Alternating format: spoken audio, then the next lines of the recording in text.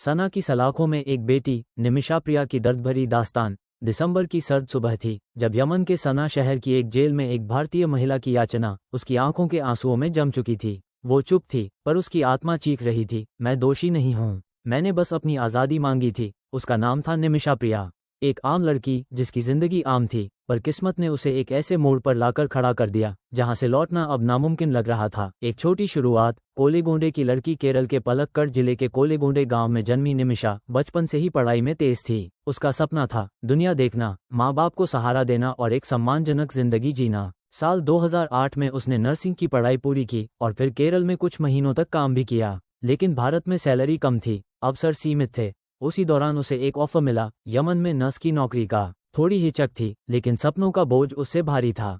वह चली गई सना, यमन की राजधानी, जहां एक भारतीय लड़की ने दूसरे मुल्क में अपने सपनों का बीज बोया। अस्पताल में काम शुरू किया, सब ठीक था, तनख्वाह आती। वह उसे मां प्रेमा कुमारी और पिता वेलायुधन कुट्टी को भेज देती। 2011 में भारत आई और शादी कर ली टॉमी थॉमस से। शादी के बाद पति को साथ लेकर फिर यमन लौट गई। एक बेटी भी हुई, एक नई जिंदगी, एक नई शुरुआत। लेकिन किसे पता था यही जिंदगी जल्द ही एक भयानक मोड़ लेने वाली थी। 2014 में यमन में गृहयुद्ध भड़क उठा। हूती विद्रोहियों ने राजधानी सना पर कब्जा कर लिया। टॉमी भारत लौट गया, पर निमिषा ने नौकरी नहीं छोड़ी। वो वहीं रह गई, अकेली पर हिम्मत के साथ। इसी दौरान अस्पताल में एक यमनी युवक इलाज के लिए आता। नाम था तलाल अब्दुल मेहंदी। बातचीत शुरू हुई, दोस्ती गहरी हुई। मेहंदी ने भारत घूमने की इच्छा जताई और निमिषा ने कहा, अगर तुम मेरी मदद कर सको तो मैं तुम्हें इंडिया ले जाऊंगी। मुझे यमन में क्लिनिक खोलना है, हमारे सहारे से सब आसान हो सकता है।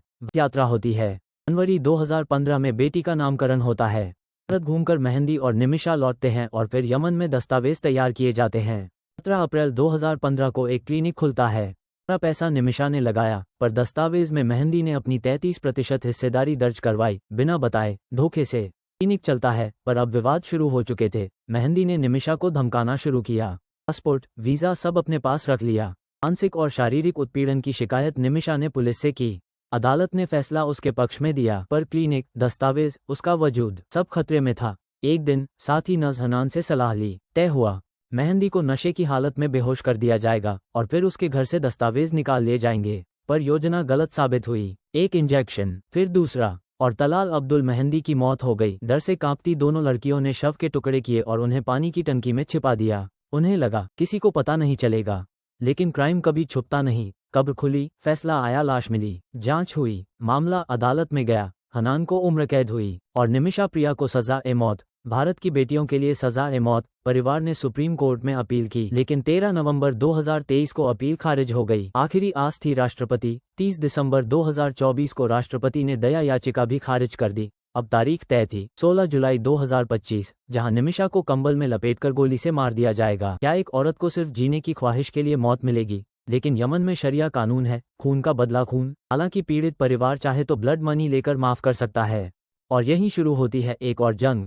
भारत की पुकार, एक मां की विनती। निमिषा की मां प्रेमा कुमारी अप्रैल 2025 से यमन में डटी हुई हैं। वो अपील कर रही हैं। भारतीय समुदाय, संस्थाएं, वकील, पत्रकार सब लगे हुए हैं। 3 बड़े प्रस्ताव पीड़ित परिवार को दिए गए। 1. किसी भी देश में बसने की व्यवस्था। 2. किसी भी बीमार सदस्य का इलाज दुनिया में कहीं भी। 3. $1 लाख यानी 8.5 करोड़ रुपए का हर्जाना। पर मेहंदी का परिवार अब तक चुप है। वो माफ करने को तैयार नहीं। क्या होगा अब? 16 जुलाई 2025 को निमिषा प्रिया को हृदपिंड में गोली मार दिया जाएगा या ब्लॉडमनी से बचाया जाएगा? सिर्फ एक दिन भारत सरकार की हाथ में।